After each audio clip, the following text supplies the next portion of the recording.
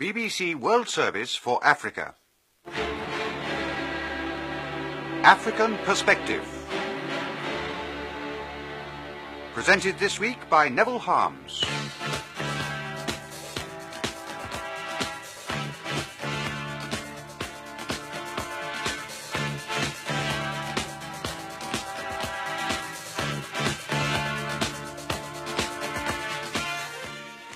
In the coming months in Uganda, a general election is due to be held, and the parties are already preparing themselves for the contest. After the last one in 1980, following Amin's overthrow, President Milton Obote and his United People's Congress Party, the UPC, were declared the winners. But there was much controversy about the result at the time, and a great deal of turmoil and bloodshed has stemmed from it. Yoweri Museveni, for instance, defeated in the election, declared it a fraud and took to the bush to wage a guerrilla war against the government, mainly in the Luwero district northwest of Kampala. The President's handling of that conflict is just one of the issues that Uganda's voters will be considering when they give their verdict on the government's record over the last 4 difficult years. Well, Robin White of our programme Focus on Africa has been in Kampala, and for this edition of African Perspective, he talked at some length to President Obote. Dr. Obote, you returned home in triumph after many years in exile, and you became president once again. But there has not been entirely peace in this country. Now, has your past 4 years been a happy time, or has it been a great disappointment to you? There's no disappointment at all in Uganda. The majority of the people of Uganda will say the same. The last 4 years have brought a change, a tremendous change for the better. The economy is progressing, the politics of Uganda are stabilizing, transport is there, trade is progressing, people are moving freely. There is no disappointment whatsoever in Uganda. I was thinking of yourself personally, whether it had been a Why happy should time. I be disappointed when my people are not disappointed? One problem that you have had, sir, is the problem of dissidents continuing to fight in the Luwero Triangle. Now, how soon do you think this problem might come to an end? I can't give any definite date of how soon the problem may come to an end, but the fact is that there has been no expansion of dissident areas at all. If anything, their numbers and the areas are shrinking. Are you determined to win a military victory there? I'm not determined to win any form of victory in that sense of your questioning. I want to stabilize Uganda. The whole purpose of the elections in 1980, the platform on which my party was elected was to bring peace to the people of Uganda. And these are criminals, and we have got to deal with the criminals within the laws of Uganda. It has been suggested, sir, as I'm sure you're aware, that you should sit round a table with Yoweri Museveni and sort this matter out. This is not a personal matter between me and anybody. This is a constitutional matter. We have had an election, we have got a parliament, we have got constitution, we have got the laws of Uganda, we have got high courts. If there are differences, political differences, let them be settled politically. And the one way of settling political differences is elections. Another way is to go to the courts. And I am not going to deceive the people of Uganda that someone who loses an election should be accommodated in any administration after he has gone to the bush and shot a few buses and ambulances and killed some people, nurses, teachers, students, and then we bring him back to government, in which case you forget about the constitutional means of governance, because somebody else is going to repeat the same kind of thing. Then you are going to have another meeting, then a third person will do it, you are going to have another meeting, a fourth person will do it, you are going to have another meeting. I have rejected that type of suggestion, and I'm correct there. And I'm sure the people of Uganda will support that line in the next elections. Is that what you think Mr. Museveni wants? You think he wants a job in this government? It is not me who brought that question, it's you. It's you who brought that question, that why should I talk to Museveni? I said it's not a personal matter as far as I'm concerned. But what do you think Yoweri Museveni wants through fighting? What is he after? I don't know. If I knew, I would be very happy, because I really don't know. Museveni was a member of the military commission. He was number 2 in the military commission. He and the rest of the members of the military commission organized elections. And soon after elections, he decided to fight. And he hasn't progressed very much.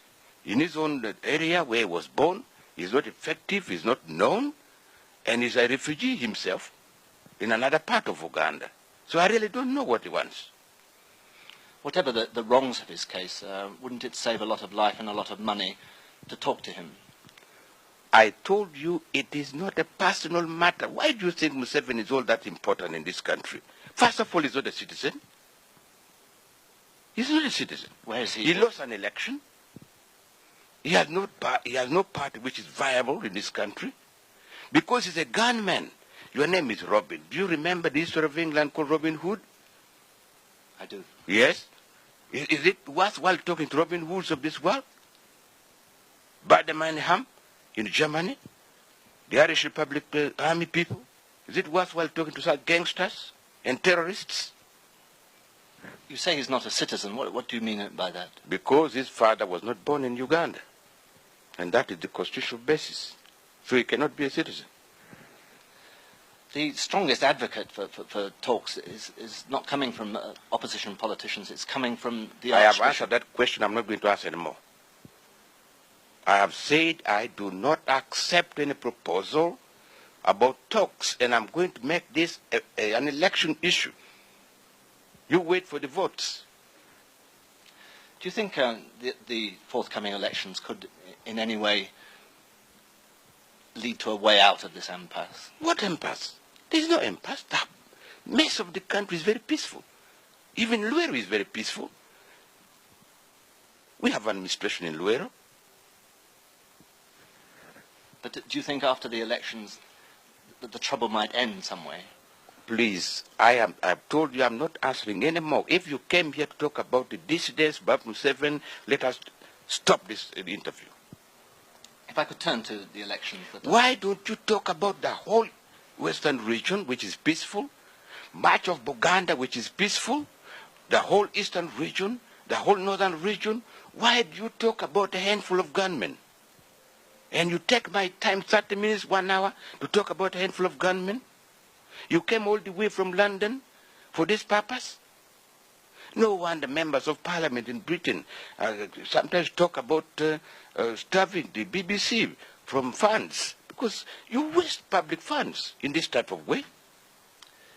If I could turn to the elections, how do you see the next elections going? It's going to be conducted in the normal way. Do you think you're going to win these elections? I think so. I can't see another party that can win this election. Our record is there. We have done some work that in 1980 people didn't know which direction Uganda would go.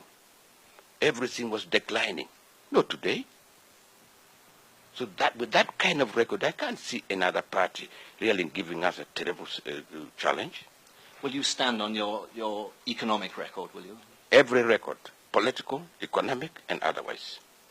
If I could talk about the economy, which things have gone well and which things have gone badly? We started from almost position 0. Everything has started moving upwards. Obviously, they cannot all move at the same speed. Would you accept that in the industrial sector it has been slow progress? What could we have done in the industrial sector? We had no skilled manpower. We had machinery which had not been looked after for years. We had no raw materials. So the industrial sector could not have progress at the same speed as the agricultural sector. What are your biggest economic priorities at the moment? Production. Production, we are asking the people of Uganda to produce anything that can be consumed in Uganda and anything that can be sold abroad. How pleasing has the agricultural sector been to you? You would have been very happy if you are a member of Uganda People's Congress or a member of this government by 2 factors. 1, we have food in Uganda. When I came to office, there was no food in Uganda. Now we are feeding ourselves and we are exporting some of our food. Two, our export earnings are increasing. Now, these are most pleasing developments. There have, I'm sure you're also aware, been criticisms of your human rights record in this country, particularly from the United States of America. Now, how upset have you been by the accusations? I have not been upset in the way you probably think I should have been. I've been upset in the sense that if you refer to the statement made by one American official in August of last year, in that he made a generalized statement but could not give us evidence to prove that the facts of that statement. If you go to Luero, you will not find any single possibility that a government such as mine could have murdered about 250,000 people within a few months, and yet no graves and no statement from the general public. So that one was very hurtful. But as I say, we are not trying to run this government for the pleasure of people abroad. We are trying to run this government for the good of the people of Uganda. And these are our people. These are our people. When people talk about human rights in Uganda, they don't seem to understand what they're talking about. I inherited a very difficult situation in 1980. I found 7,000 men in jails, former mean soldiers and other characters. I have released all of them, except about 35, all of them. We have settled them in the countryside. We inherited a police force of 3,000 only, when in 1971, when Amin took over the government, we had 20,000 police officers and men in the force. But this 3,000 was not trained, it had no equipment, it was demoralized. We had no army to speak of. Uganda army was too young. It had been recruited on a fractional basis. Half of it, that force deserted in December and January, December 1980, January 1981. So that was the enormity of the problem. Now we have stabilized the conditions. You do not now hear gunshots in Kampala. You do not hear people talking about lawlessness of soldiers or anybody. So people, they are dreaming. It's not just the outside world that has expressed concern. I mean, some lawyers in this country have expressed concern about what they describe as violations of human rights, like people being detained, like people being released by the courts and then rearrested. Very well, very well. You say some lawyers in this country, you go and ask them if their counterparts in other parts of Africa are as free as themselves here. Go and ask them whether they were free at all in the 1970s to go to court, to take government to court, to plead different cases, to talk about detention. Go and ask them whether in other parts of Africa there is no detention, and how many of their colleagues in other parts of Africa have been so open as to speak about their respective governments. These things are in comparison.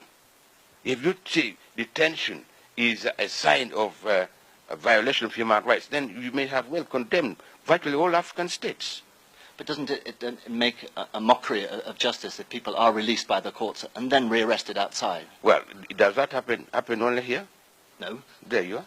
Then go and ask everybody else. Perhaps people have higher standards in this country. What people have higher standards? Well, people have greater expectations of justice. Yes, and they should have it. They're going to have it. But something has to start from a base. Our courts were not functioning 5 years ago. They're just beginning to function now. Did the accusations that were made by this one American official you were talking about, have those allegations caused a good deal of friction between yourself and the United States? No. We sat down with the